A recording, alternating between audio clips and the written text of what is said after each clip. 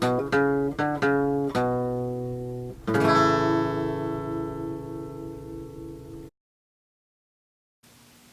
and welcome to another Epling Illustrations tutorial. Today's going to be a quick one, sort of a short overview on some watercolor techniques.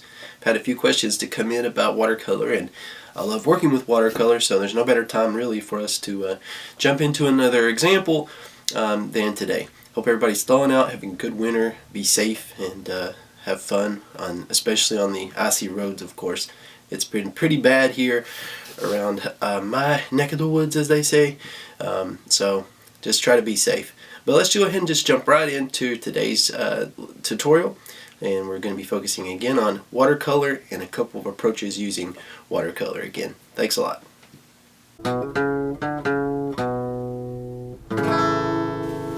What I've done is I've set up a board, which is a clamp board.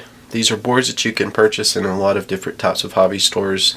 Just keeps your paper secure. This is great for traveling. It's also great on different types of easels and stuff where you don't actually have a way to position the paper, so that's what we've got here. Clamped on, taped a little bit with some painter's tape. Painter's tape is really good to use with artwork because most of the time it peels off pretty easy and doesn't leave a residue on there. I'm using just a basic set of watercolors today. This is sort of an off tone for watercolors. Primary colors are not included. There's a hue of different types of colors in here. I'm sorry, there are some primary colors, but mostly this is a variation of different hues and different tones of types of colors that we're going to be using. Another set that I'm going to be using is a Kuretake set of watercolor. This is absolutely not essential for you to use. I just really like this this brand a lot. They also make technical pens that you can purchase, but the set, as you can see, comes in these little cakes, similar to the other brand here, which I'm not even sure what brand this is, to be honest. This is more of a cheaper product than this, but both of them work really well. The reason I like the Kuretake watercolors a lot is that the color, actually, when you apply it, it comes off in a different type of the pigment of the watercolor dries in a way that is surprising a lot of times. That may be good or bad depending on what you're trying to do. So if you like being surprised, then this is definitely the way to go. One more tool that I'm going to be using is, again, the aqua brush. I live by these. I think they're great. This is a Pentel aqua brush. You don't have to keep dipping your brush into water and then into your watercolor each time, so that works really well. Now, I've sketched out a little bit of something here before actually bringing in the camera and starting to record for the video.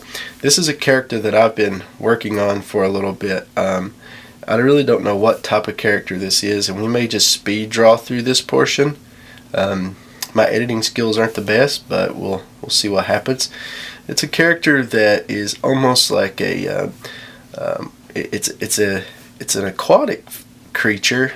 It lives in the ocean, but it also resembles a rooster. I have no idea why this popped out of my head, but this is what came up. I did one drawing for this little creature. He's actually a big creature. I don't want to give too much away about the background of this story yet, or the character. I'm actually throwing around the idea about doing my first children's book, official children's book since 2012, centered around this strange creature. So, but anyway, he does have a tail, and he has these little spikes going up. Kind of reminds you of a Godzilla type creature in its size, and how I'm thinking about using this in the story as well. But that's all I could really say right now about it. Primarily, mostly because I don't really know exactly what I want to do yet. So I'm still fleshing out the ideas, but I thought, well, what the heck, this may not end up being exactly what this character looks like at all, but we could do a little variation for this exercise. Now, laying around all throughout the background here, and I'm just sketching this over what I've already sketched out already, making the lines a little darker for the camera to pick up on. This is a city street here that's been demolished. He's wreaking havoc, this little creature is, so I keep calling him little, but as you can see, he's larger than a city bus. But so we'll see what happens, right? We'll we'll just play around with this today and do a little watercolor for you as an exercise, and hopefully it all comes out well at the end.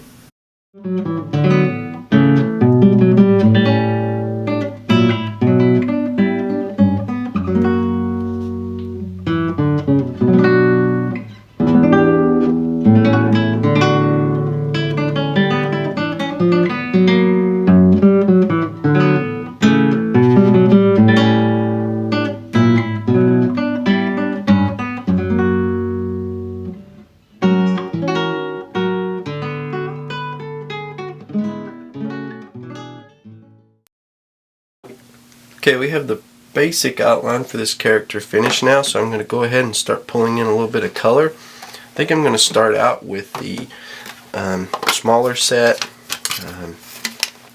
that has the different hues and variations on the hues to begin with, simply because I like to go from light to dark. That's always important to do whenever you are putting together a good structure for color for a piece.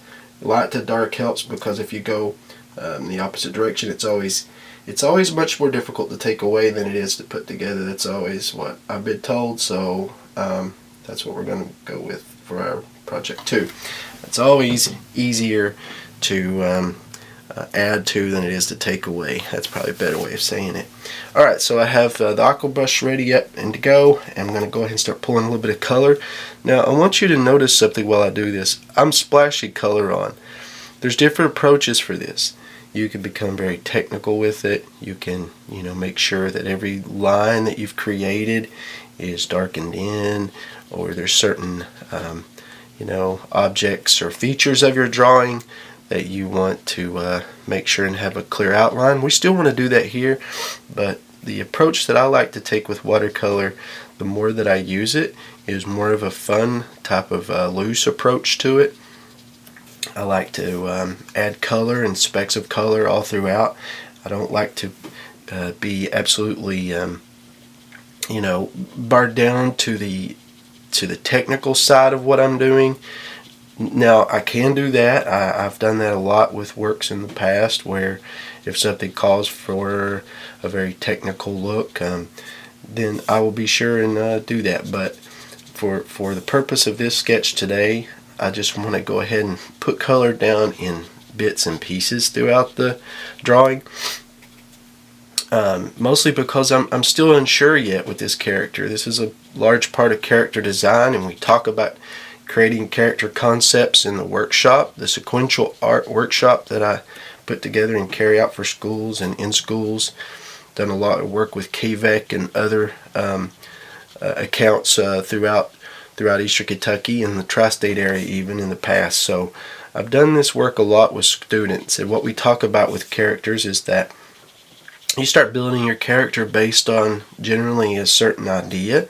So you may have a idea for a setting, and then you could build your character around the setting, or you may start out with an idea about one character, sort of what I've done for this particular idea here. I just have this idea for one character. I started sketching that character out a whole lot, trying to see what worked and what didn't work, and that's really what I did for this. So there's various ways you could go about it.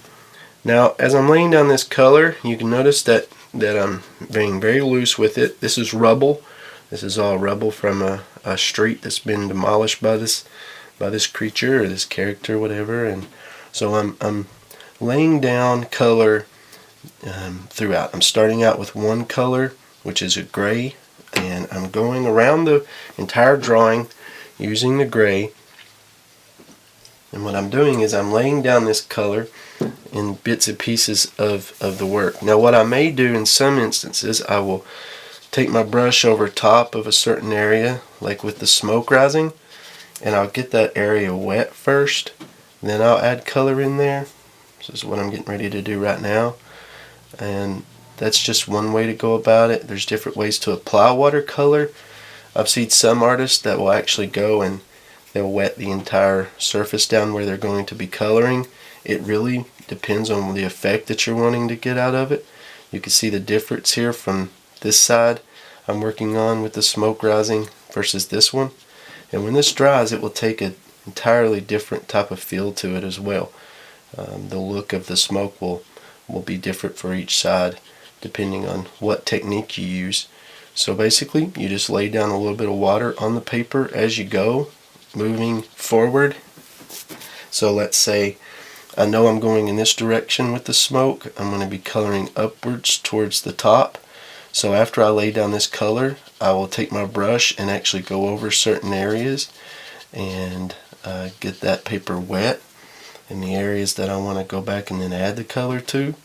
So that's one way to go about it. There's various ways to go about it. You really, and I really recommend any artist that is interested in trying out new things with color and medium and different types of applications of color, whether it's watercolor or art brushes such as like Copic markers or Winsor Newton markers or any of those, which can be a little expensive, but if you really need to try out the medium first and get an idea of what you like and how you like to apply it, because there's different ways to go about doing that. Of course, there's also, as you create, there's certain things that you have to do with each color, such as with the Copic markers. You have to apply those using the method of just brushing it down onto the paper, so there's no water involved, prepping such as this. So it really depends on what medium you prefer to use and like to use. It's up to the artist. One thing I did learn recently is the Copic markers, they are refillable. The sketch markers, there's different types of Copic markers, but the Copic sketch markers, which are what I'm finding out and learning to be the most popular, those are actually refillable, which I had no idea about, which really helps if you're on a budget like I am and most artists are, and you really want to take care of your supplies and get the most out of your money for what supplies you purchase. Copic markers are refillable, so that's something that I learned. There's an artist, I can't remember the name of the channel, but they did an overview of the Copic sketch markers and how to, there's a bunch out there that's done this, but how to refill them. The only thing about it is that with the colors you like, you have to, if you pick a refill bottle, you have to pick a refill bottle of that one particular color. And if you know anything about Copic markers, you know that there's tons of colors, so you have to choose what colors you use the most of and then buy a refill for that. That's really how you go about making the most out of your money for it. Buying a refill for every single color, that's not going to be efficient. You don't use a lot of colors as much as you use certain colors. I don't anyway, and I find that's the case with a lot of artists. But so for future reference, those Copic marker lovers out there, keep that in mind. I'll try to do a video on Copic markers pretty soon. I can't seem to get away from watercolor here as of late. So you see now I've added down this general gray that goes over the entire drawing, and what I may do now, using this same method, okay, of lightly splashing down color, I'm going to go ahead and finish out some more color on this, and we're going to speed through this a little bit if we can, if my editing skills are up to par, and so you can see how this comes together through a time-lapse way of viewing it. Okay, so let's go ahead and try it out and see if we can get it to work.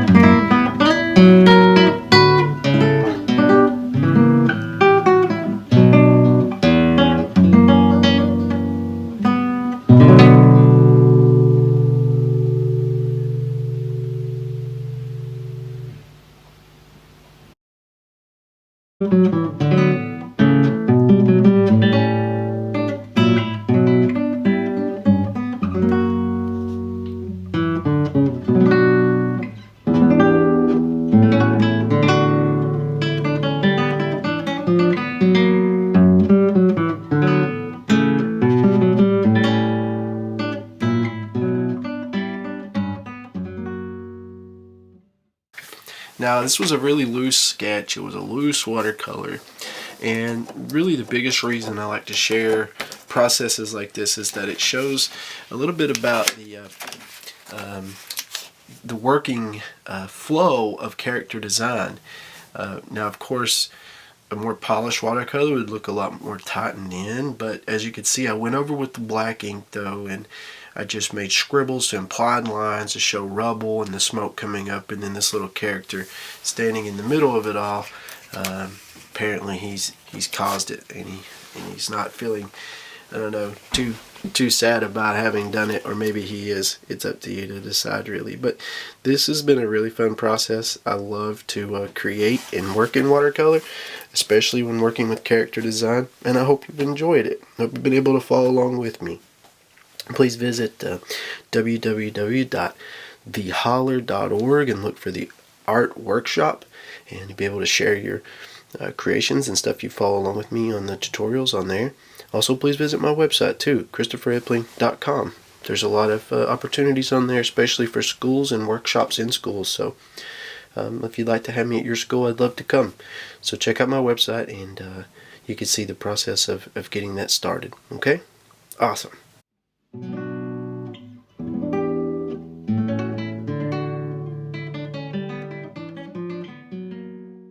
Alright, so that pretty much sums up another tutorial based on watercolor. Watercolor is a very easy medium to use. It's applied in tons of different ways. You can get as in depth with it as you want. There's specialty type paints out there for watercolor that you can purchase, all the way down to the cheap trays and cakes that you see in some, even like dollar stores or even small Dollar General stores and things like that. So tons of different ways to go about it. It's a very approachable method. The paint mixes well even once it's applied to the paper. So I love that about it, and it's not as messy as some other types of color applications for a medium. So I hope you enjoyed today's tutorial. Please subscribe to the channel, and as always, until next time, keep drawing.